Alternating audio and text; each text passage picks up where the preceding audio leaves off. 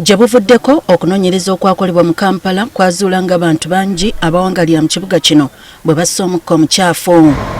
Kino ng'oggyeko okwonoona obutonde bw'ensi kiviirako n'abantu okukwatibwa endwadde. According to Human Wealth Organization data, 6.7 million people are lost every year to poor air quality. Wano gavumenti yavaayo n'ekiragiro kye yatuuma the New National Environment Air Quality Standards Regulations of 2024 nga kigendereddwamu okukendeeza ku mukka omukyafu. Essira lyasimbibwa nnyo ku mmotoka enkadde ne pikipiki. And so we shall be announcing engine technologies which have been listed in the new standards and regulations, and any vehicle that does not meet that standard will not be allowed on Uganda roads. Kati oyinza okugamba nti kampuni ya Zembo yenyigidde mu nteekateeka eno bwe batongozza pikipiki ekozesa amasannyalaze etavaamu yadde omukka. Electric bikes don't require any fuel, but other than that, you'll see they look just like a typical boda, so you can find all the spare parts you need here on the local market. They're easy to use, easy to repair. Abakyala nga bavuga boda afuna obuzibu okubeera nga babasa wansi nti otuuka ku musaabaze n'akugamba oli mukyala tojja kunvuga ekitali ku delivery.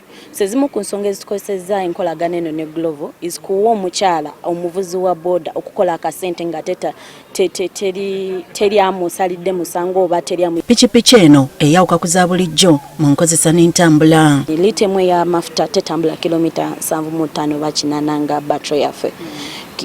Liita y'amafuta esobola otambula kinene nnyo kilomita 4. Meaning omuntu akozesa liita emu ey'amafuta eyaffe eya battery akola ekitono nnyo emitwalo 5. Ng'essembo ekulabula nti omuliro gugenda guggwako okwewala okutaataaganyizibwa mirimu gyo naye ekulabula. Ina dashboard ekulaga omuliro gw'osigazaako nga ku simu yo kyolinako 80 ekikuyamba okwepredictinga nti olugendo lw'engendako neetaaga battery judde kangende nkyuse. Kyokka bagamba nti obuwangazi bwayo tebuliiko kubuusibwabuusibwa. Zibeera n'omuliro mungi seko omuntu akola order nyingi kiba kiyambako mu productivity. They have at least a 4-5 year life, and then after that we can use them for other uses here in Uganda, for solar, for other applications. So bano era bakolaganye ne kampuni ya Glovo okuwa abantu pikipiki zino ku bbeeyi entono. if you buy the bike cash, which usually people don't do, but if you want to buy it cash up front, the bike is 6.2 million shillings. Tulina kye tuyita discount oba okusalibwako ku down payment ye tuli ku mitwalo 3 ng'oyisidde mu Glovo. Essaawa zino oba oyitidde nga gwe muntu sekinoomu tuli ku mitwalo 5. Tulina obuvunaanyizibwa okukendeeza ku mukka emikka egiriizingibwa ez'emmotoka biki.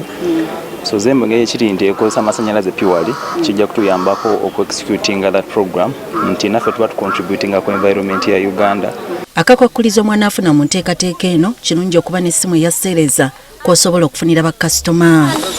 So za Nnannyanzi agafeeyo ku Spark TV.